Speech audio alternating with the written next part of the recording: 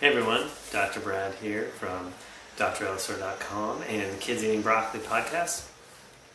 And I have been having the most awesome conversations with the experts that we are interviewing for our podcast. And also just all the work I've been doing the last 17 years in the healing and health care field and working on this one problem, which is many parents find it really hard to have their kids eat healthy.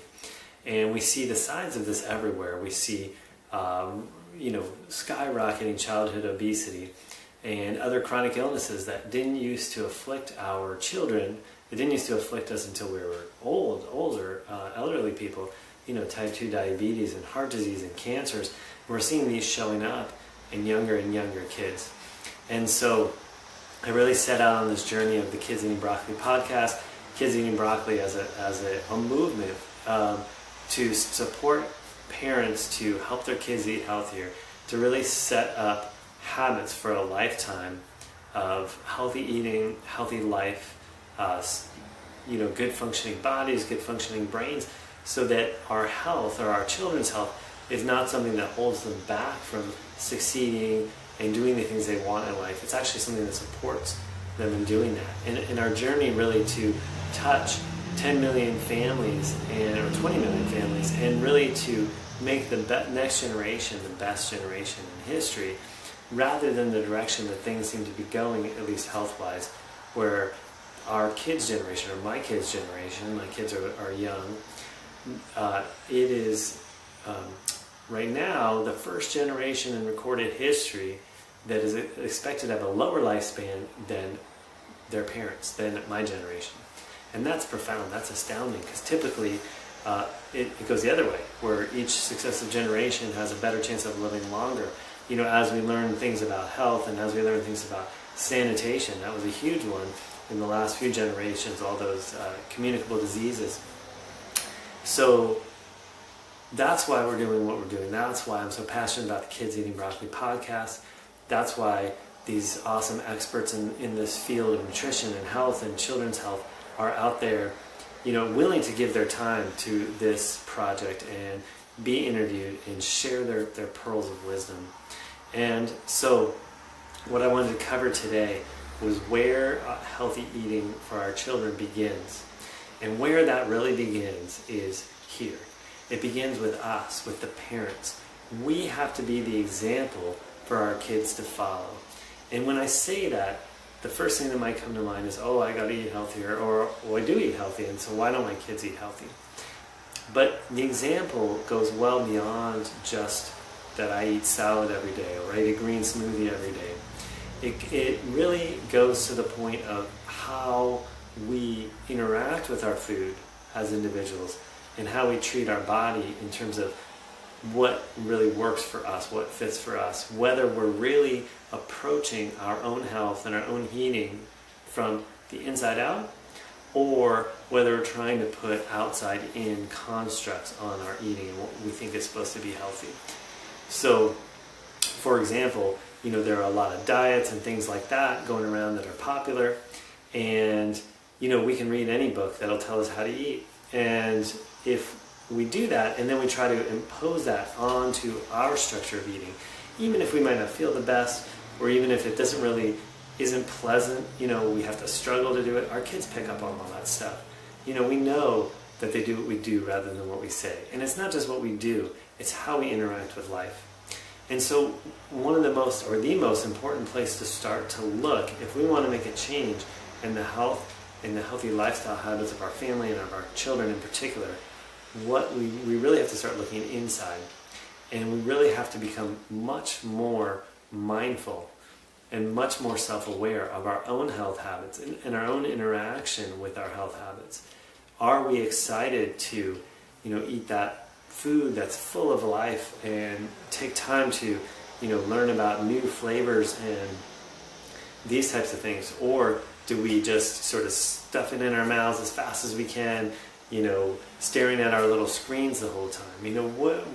What is our relationship to our food? Because our kids are watching, and they're always watching us, and whether we like it or not, they're always watching us. And so that's really where it begins, because when we can be that example, they're also watching that too. And the ideas and even the knowledge, the scientific knowledge of how to eat and what's healthy and what's not is always changing. And also it's just changing because the way our food is preserved, produced is always being changed. And now we have GMOs. We didn't have that a few generations ago. Now we have because of artificial sweeteners that didn't exist a couple of generations ago. And so those things are always changing. And having a basic foundation, understanding of healthy stuff, and eating organic and not GMO, that's all valuable and important. I talk to my kids about that a lot. But if there's one thing that I hope and want to impart on them, is to really pay attention to how you feel when you're eating certain ways, and how different foods affect the way you feel, your energy levels, how clear your mind works, and to start understanding what the exchange, the energetic exchange is with food. These are other life forms, right? Fruits, vegetables, animals, depending on what you eat. And they're giving their energy. They're collecting energy, basically. And then we take that energy and we use it for our own purposes. And so how that interaction works and where we have that energy exchange and what that really means. And, we don't necessarily have big, long philosophical conversations about it or anything like that. I mean, my kids are 9 and 6 and 2. But we talk about things, that when they go places and, the other kid's birthday party or something like that and eat a bunch of cake or pizza and cake and things that I would never feed them. But they have that experience, and then we talk about, how do you feel afterwards? And now my oldest daughter, she'll volunteer that. She'll be like, oh, I'm not feeling so good. It probably was that whatever, such and such that I ate. And that hooking that up is so much more important to her life going forward and the healthy choices she will or won't make than knowing, oh, it's against the rules for me to eat this cake or to eat this pizza. It's having that, maybe, who knows, maybe she needs to have that experience 100 times and then she'll make a different choice. Maybe she only needs that one more time. Maybe she's done. I don't know. And I can't force that with her. I have to help her experience, in a relevant way.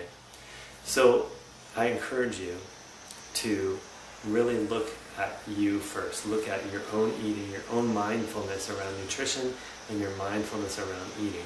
Is this something that you are self-aware and mindful about? Do you consider the energetic exchange? Do you consider the flavors? Do you consider enjoyment, but also how it's going to feel later, how your body responds to different foods? Or do you mindlessly stuff food into your mouth while you have a little screen in front of you? And and I'm not saying that like to make anybody wrong or anything, but just keep in mind that our kids are watching. Not only that, our own health suffers when we do that. I just heard about a study that said that we eat 25% more calories in a meal if we're looking at a screen while we're eating. And that's amazing. How many people could lose this weight that they're having so much trouble losing just by stopping looking at a screen when they eat, because they do all the time. And so that mindfulness and that self-awareness is so vital.